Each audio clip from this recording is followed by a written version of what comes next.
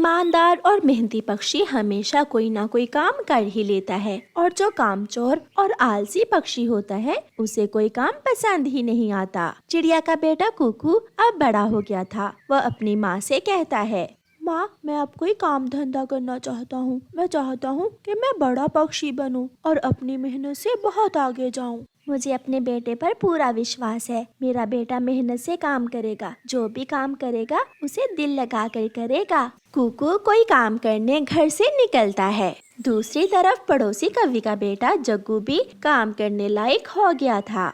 जग्गू बेटा, आज कुकू कोई काम ढूंढने घर से निकला है। जाओ तुम भी कोई काम धंधा ढूंढ लो। अगर वो तुमसे ज्यादा अमीर पक्षी बन गया तो सब ताने देंगे मुझे। मम्मा, क्या करूं? मेरे करने लायक काम कोई मिलता ही नहीं है मुझे। आप ही बताएं, आपका बेटा पढ़ा लिखा है, वो क्या काम करे?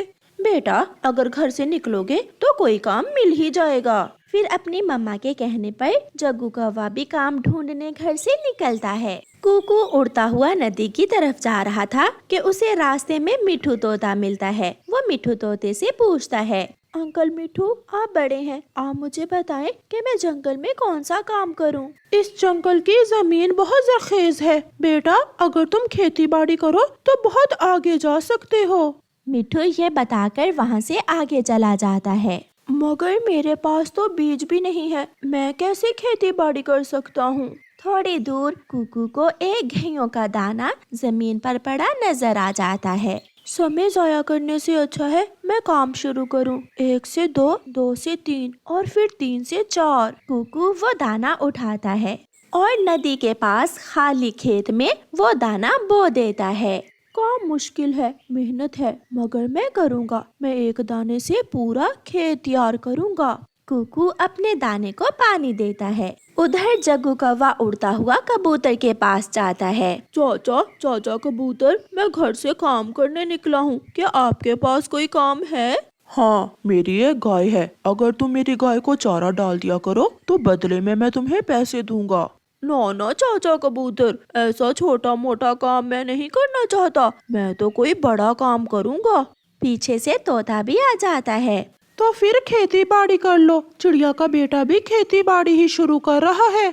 सारा दिन खेत में मजदूरों की तरह काम करूं और आखिर में ना जाने फसल हो या ना हो, और अगर हो भी तो ना जाने मंडी में दाम लगे या ना लगे। काम करने से पहले ही तुम ऐसा सोच रहे हो, तुम कोई काम नहीं कर सकते। ऐसा कहते हुए मिठू तोता वहाँ से चला जाता है और जग्गू आगे बढ़ता है। कुकू शाम को घर जाता है। कुकू बेटा, कोई काम मिला आपको? मम्मा, मैंने फैसला कर लिया है, मैं खेती बाड़ी करूँगा। मुझे मिठू अंकल ने बताया है कि इस जंगल की जमीन बहुत जरखेज है, इसलिए मैं खेती बाड़ी ही करूँगा। कुकू की मम्मा बहुत खुश होती है। जग्गू बेटा, कोई काम मिला?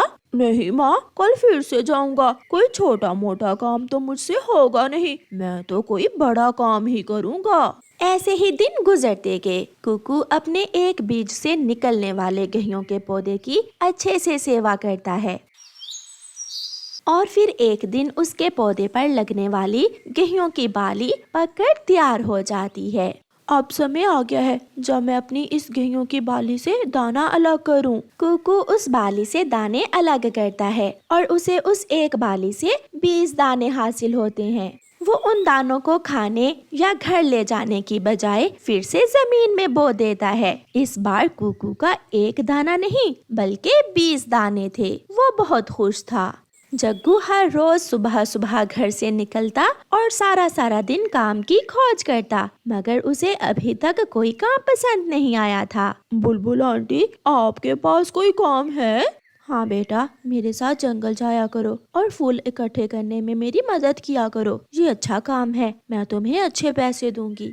मगर बुलबुल आंटी, ये काम तो बहुत छोटा है, मैं कोई बड़ा काम करूँगा। जग्गू ऐसे बड़ा काम ढूंढ रहा था और कुकू की अगली फसल भी पककर तैयार हो जाती है। वो अपने 20 पौधे गेहूं के काट लेता है और इस बार उसके पास घर लेकर जाने को दाना भी था और अगली फसल बोने के लिए फिर से कुकू आधे दाने जमीन में दबा देता है। और आधे दाने घर ले जाता है। माँ, ये मेरी पहली कमाई है और मेरी अगली फसल इससे भी बढ़कर होगी। माँ, मैंने एक दाने से खेती शुरू की थी, मगर अब मेरे 10 पौधे गेहूं के हैं जो अगली बार मुझे अच्छी फसल देंगे। शाबाश मेरे बेटे, मेहनत इसे ही कहते हैं। मम्मा, आज फिर कोई काम नहीं मिला, मगर याद रखना मैं जब भी करूँगा कोई बड़ा काम ही करूँगा।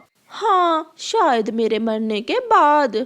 ऐसे जग्गू कोई काम भी नहीं करता। प्यारे दोस्तों, इस कहानी को लाइक, अपने दोस्तों के साथ शेयर और चैनल को सब्सक्राइब करना बिल्कुल मत भूलना। आपका धन्यवाद। जंगल में छोटे बच्चे किडनैप करने वाला कालू कौवा आया हुआ था, इसलिए उन दिनों सभी छोटे बड़े पक्षी बहुत डरे हुए थे।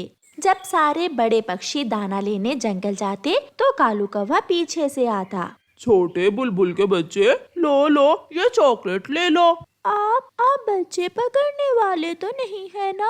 ना, मैं तो अच्छा कौवा हूँ। जो बच्चे मुझे सुंदर लगते हैं मैं उन्हें चॉकलेट देता हूँ। लो खा लो। फिर डरते डरते बुलबुल का बच्चा दुष्ट कौवे से चॉकलेट लेकर खा लेता है और 1 मिनट के अंदर अंदर वो बेहोश हो जाता है। हो गया काम। इधर उधर देखकर कालू कौवा बुलबुल के बच्चे को घोंसले से उठाकर थैले में डाल लेता है और जल्दी से भाग जाता है। शाम हो जाती है। बुलबुल जब अपने घोंसले में वापस आती है तो अपने छोटे बच्चे को घोंसले में ना देखकर रोने लग जाती है। मेरा बच्चा उस जालिम ने किडनैप कर लिया है। कोई मेरी मदद करे, मेरा बच्चा। बुलबुल को रोता हुआ देखकर चिड़िया और तोती वहाँ आ जाती हैं। बुलबुल बहन, कहीं तुम्हारा बच्चा नानों के पास ना चला गया हो? कहाँ चिड़िया बहन, उसे तो अभी तक उड़ना भी नहीं आता था। मेरे बच्चे को जरूर किसी ने किडनैप किया है। कालू कौवा बच्चे किडनैप करके माही चील को बेच देता और बदले में दाना लेकर मजे करता था। दूसरी सुबह सब परेशान थे। कोई भी पक्षी अभी तक भोजन लेने नहीं गया था। चिड़िया तोती और लूसी कबूतरी से कहती है, लूसी और हरियाली, हम सब अपने अपने बच्चे एक ही घर में छोड़ जाते हैं, ऐसे हम आराम से दाना ढूंढ सकेंगे। हाँ, बच्चों को कहेंगे कि अंदर से दरवाजे की कुंडी लगा लें। चिड़िया, तुम्हारा घर सुरक्षित भी है और मजबूत भी। मैं और हरियाली अपने अपने बच्चे इसी घर में ले आते हैं। फिर हरियाली तोती और लूसी कबूतरी अपने अपने बच्चे चिड़िया के पास ले आते हैं। मम्मा, अगर वो कौवा आया तो हम दरवाजा नहीं खोलेंगे, ऐसा ही करना है ना? हाँ बच्चों, आपने उसकी किसी बात का जवाब नहीं देना। अगर वो चॉकलेट देने का कहे तो फिर भी दरवाजा नहीं खोलना। सुना है वो कौवा चॉकलेट का लालच देकर बच्चों को किडनैप करता है। फिर सभी मामा पक्षी, चिड़िया, कबूतरी और तोती दाना लेने घर से निकलती हैं। बरगद के पेड़ के पीछे छुपा हुआ कौवा छुपकर सब देख रहा था। वो अपना बच्चे डालने वाला थैला लेकर बाहर आता है और सीधा चिड़िया के घर की तरफ जाता है। टी, मेरे पास गाड़ी है, अगर किसी को लेनी है तो ले ले। कीकी दोस्त और छोटे मिठू, ये वही कौवा होगा। मगर बच्चे किडनैप करने वाला अंकल कौवा तो चॉकलेट का लालच देता है। इसके पास तो गाड़ी है, खिलौना गाड़ी। नहीं, जो भी है, हम दरवाजा नहीं खोलेंगे। चॉकलेट भी है मेरे पास। चॉकलेट का सुनकर तो सभी बच्चे डर जाते हैं। ये वही कौवा है, देखो वो चॉकलेट का लालच दे रहा है। फिर वो सब घर के अंदर ही छुप जाते हैं। लगता है इन्होंने मुझे पहचान लिया है, अब इन्हें कोई और लालच देना होगा। कॉटन कैंडी ले लो, फ्री में कॉटन कैंडी, रंग बिरंगी गुलाबी सफेद और लाल कॉटन कैंडी। ये वो बच्चे किडनैप करने वाला कौवा नहीं है, क्योंकि इसके पास तो कॉटन कैंडी भी है। चुप कर जाओ, ये वही है। मुझे कॉटन कैंडी खानी है, वो फ्री में दे रहा है। ऐसा कहते हुए छोटा मिठू जल्दी से दरवाजे की कुंडी खोल देता है। कौवा घर के अंदर घुस आता है। कॉटन कैंडी, मुझे सब पता है बच्चे किस चीज से लालच में आते हैं। कुकू तो घड़ी के पीछे छुप जाता है और कौवा छोटे मिट्ठू और कीकी को पकड़कर थैले में डाल लेता है। और कोई है जिसे कॉटन कैंडी लेनी है? बाहर आओ। लगता है और कोई भी नहीं है। कौवा अपना थैला पीछे लगाता है और जल्दी से वहाँ से भागता है। जब कौवा थोड़ी दूर जाता है तो कुकू घड़ी के पीछे से निकलकर भागता है। उसे पता था कि उसकी मम्मा हर रोज दाना लेने कहाँ जाती है। मम्मा वो कौवा ले गया। वो कीकी और छोटे मिट्ठू को बड़े थैले में डालकर ले गया है। हरियाली, लूसी, जल्दी चलो, वो अभी इसी जंगल में होगा। मेरा बच्चा। वो तीनों माएं आगे के रास्ते से होती हुई कौवे को रोक लेती हैं। कुकू भी उनके पीछे पीछे आ जाता है। क्या हुआ? मैं तो कचरा उठाने वाला पक्षी हूँ। मम्मा ये वही कौवा है जिसने कीकी और मिट्ठू को किडनैप किया है।